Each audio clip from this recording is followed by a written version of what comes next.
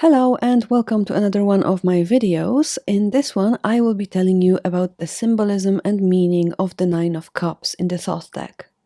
As usual, I will start with a description of the card, and then we will be diving deeper into the symbolism of all of the elements that we can see here.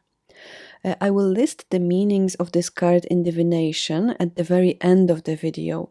So the timestamp for when I start talking about that is shown below now, and you can jump there if you want. When we have a look at this card, we can see straight away that the meaning is going to be very positive. The shape of the cups looks very full and stable. The bases are as wide as the brims. The lotus flowers that we can see here are lush and healthy again, so they look very similar to the ones in the 3 and 6 of cups that we have seen before.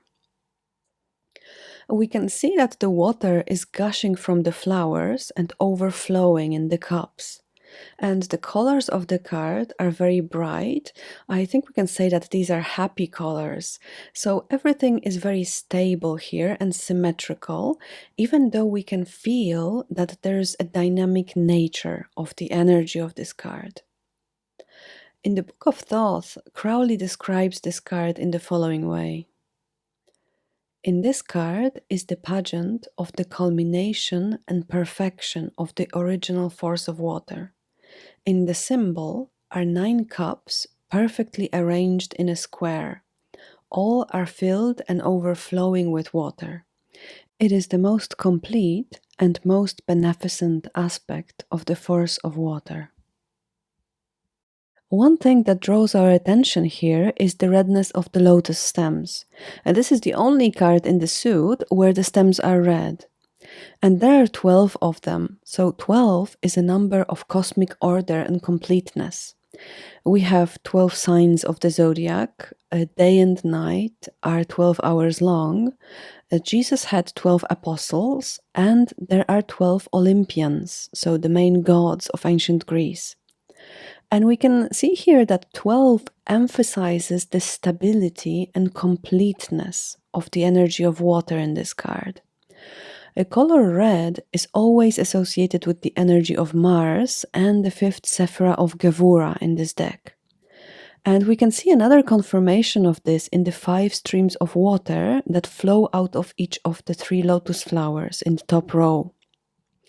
So we can see that the destructive energy of change that was looming over us in the 8 is actually working in our favor in the 9. And we have to remember that the fiery energy of Mars not only brings destruction, but also increased effort and intense action. So this energy is what is pumping the water through the stems, and this energy fuels the dynamic nature of this card. If we count the streams of water flowing out of the cups, we will see that there are 20 of them in total. This number is connected to the element of water, further emphasizing here the completeness of the manifestation of this element in the 9 of Wands. We know 20 is connected to water because one of the Platonic solids, icosahedron, that is associated with the element of water, has 20 sides. So it is formed by 20 equilateral triangles. So these are triangles where all of the sides are equal. And we have 4 main Platonic solids, and each of them is associated with one of the elements. So if you want to find out more about them, about Platonic solids, I explained them all in my video about the 8 of Wands. So the link to that video is shown now on the screen, and I will also put it in the video description below. So you can have a look at that later if you want. If we have a closer look at the top row of the chalices, we will see that in this row, the water flows into each cup in 5 streams, and we also see that it flows directly from the inside of the flower, rather than flowing through the flower like in the lower rows. So we have 3 cups at the top with 5 streams of water each, which gives us 15. And 15 is a very interesting number. In Hebrew, every letter represents a number as well. So the way that we would write 15 would be by using two letters that mean 10 and 5. But those two letters would spell one of the names of God if they were read as a word rather than a number. So this is why 15 is written down with two letters meaning 9 and 6. So it also gives us 15, the same as 10 and 5, but one of the sacred names of God doesn't have to be used to denote a simple number. So this makes 15 an important number, and in our card it shows us that the source of all of the abundance flowing through all of the cups is divine. And it's through our spirituality that we achieve true and lasting happiness. And the last number that I want to mention before we find out who, according to Crowley, is pouring us wine here in this card, the number is 18. So this is very suitable because 18 is the age that we are allowed to legally purchase wine in many countries. And we have 9 cups here and 9 lotus flowers above them. So that gives us the total of 18 main elements in this card. And 18 is another interesting number when we consider Hebrew language. So 18 spells the word high, which means living or alive. And therefore this word is considered to be very lucky. And I explain more about that number 18 and the word high in my video about the Ace of Wands, so you can have a look at that later to find out more. But here we just need to know that in the Nine of Cups, 18 is just another confirmation that we are experiencing this perfect happiness, and we feel very lucky when we are surrounded by this beautiful energy.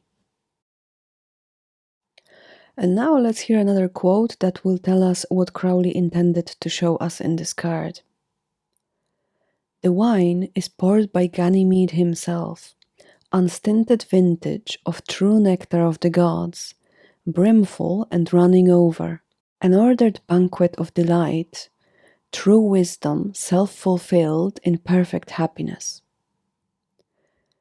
Ganymede was the most beautiful of mortals, and he was abducted by the gods to serve as a cupbearer of Zeus in the Olympus. So we can see that we are really being served the nectar of the gods in this card, and there can be no greater feeling of joy and fulfillment. All nines in this deck show the full potential of the energy of the element that's associated with a given suit, and here we have the fullest manifestation of the realm of emotion and intuition. So that brings us all of the best things in life. And now let's have a look at where we are on the Tree of Life.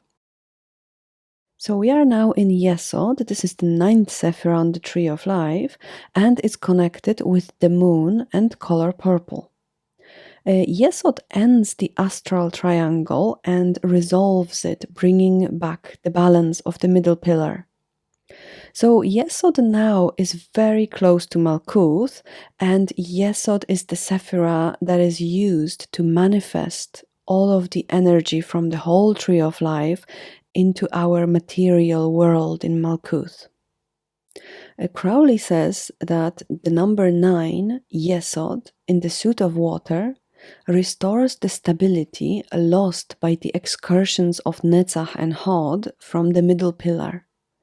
It is also the number of the moon, thus strengthening the idea of water. And the energy of Yesod is shown in this beautiful purple color here of the cups. And we are also getting a lot of harmonious energy of Tiferet here as well, with the beautiful golden yellow color of water and lotus flowers. If you remember from the previous video, I was talking about the 7 and 8 as being the two opposing extremes. So they were both mistakes that we had to make before finding balance and happiness in the middle. And we are now in this beautiful balance of the middle pillar of the tree of life, and the influence of the moon through Yesod helps us manifest whatever we wish, not only in the realm of emotions, but also in matter.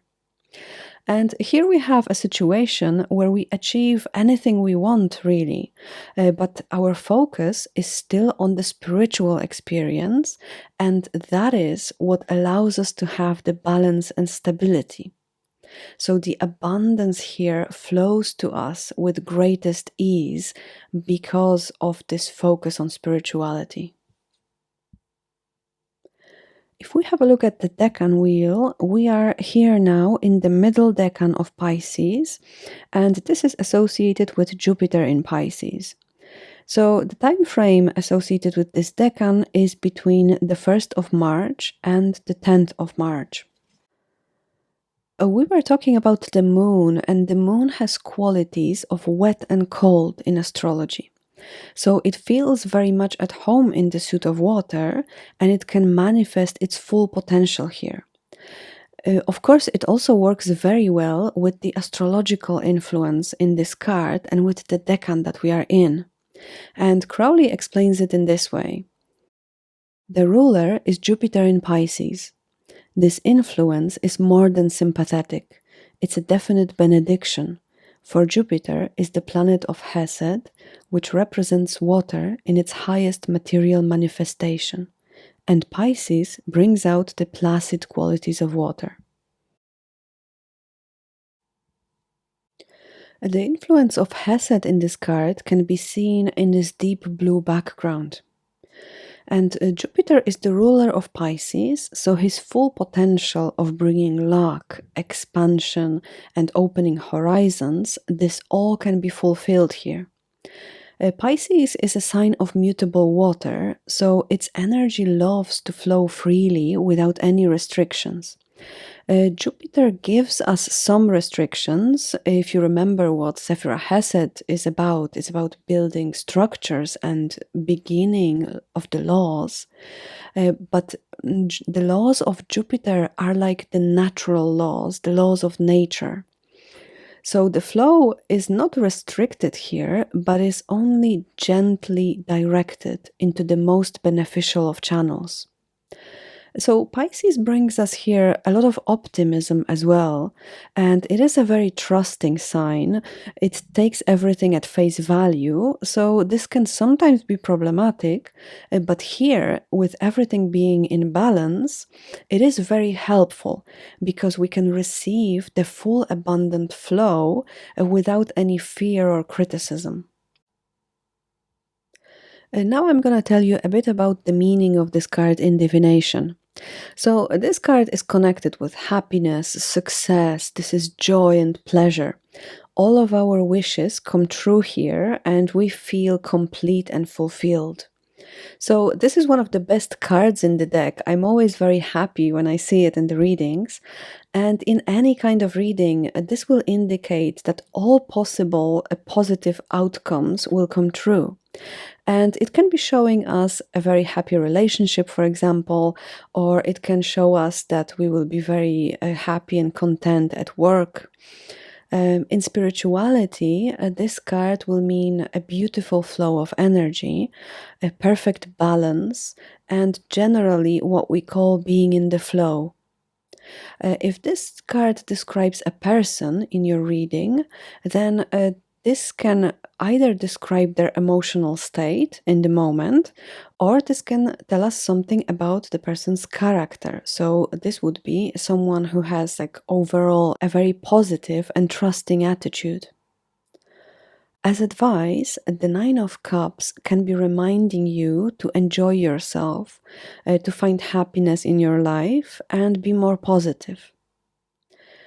If this card shows in your reading as an obstacle, this can sometimes show that maybe you need a bit of healthy skepticism in this situation.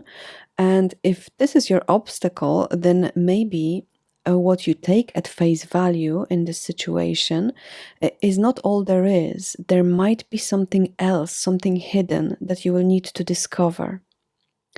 And this might also mean that you are just being too generous or you are too caught up in your success and in your happiness. And this can sometimes cause you to miss important things in your life, or sometimes as well, this can cause financial trouble if you're being too extravagant with your spending.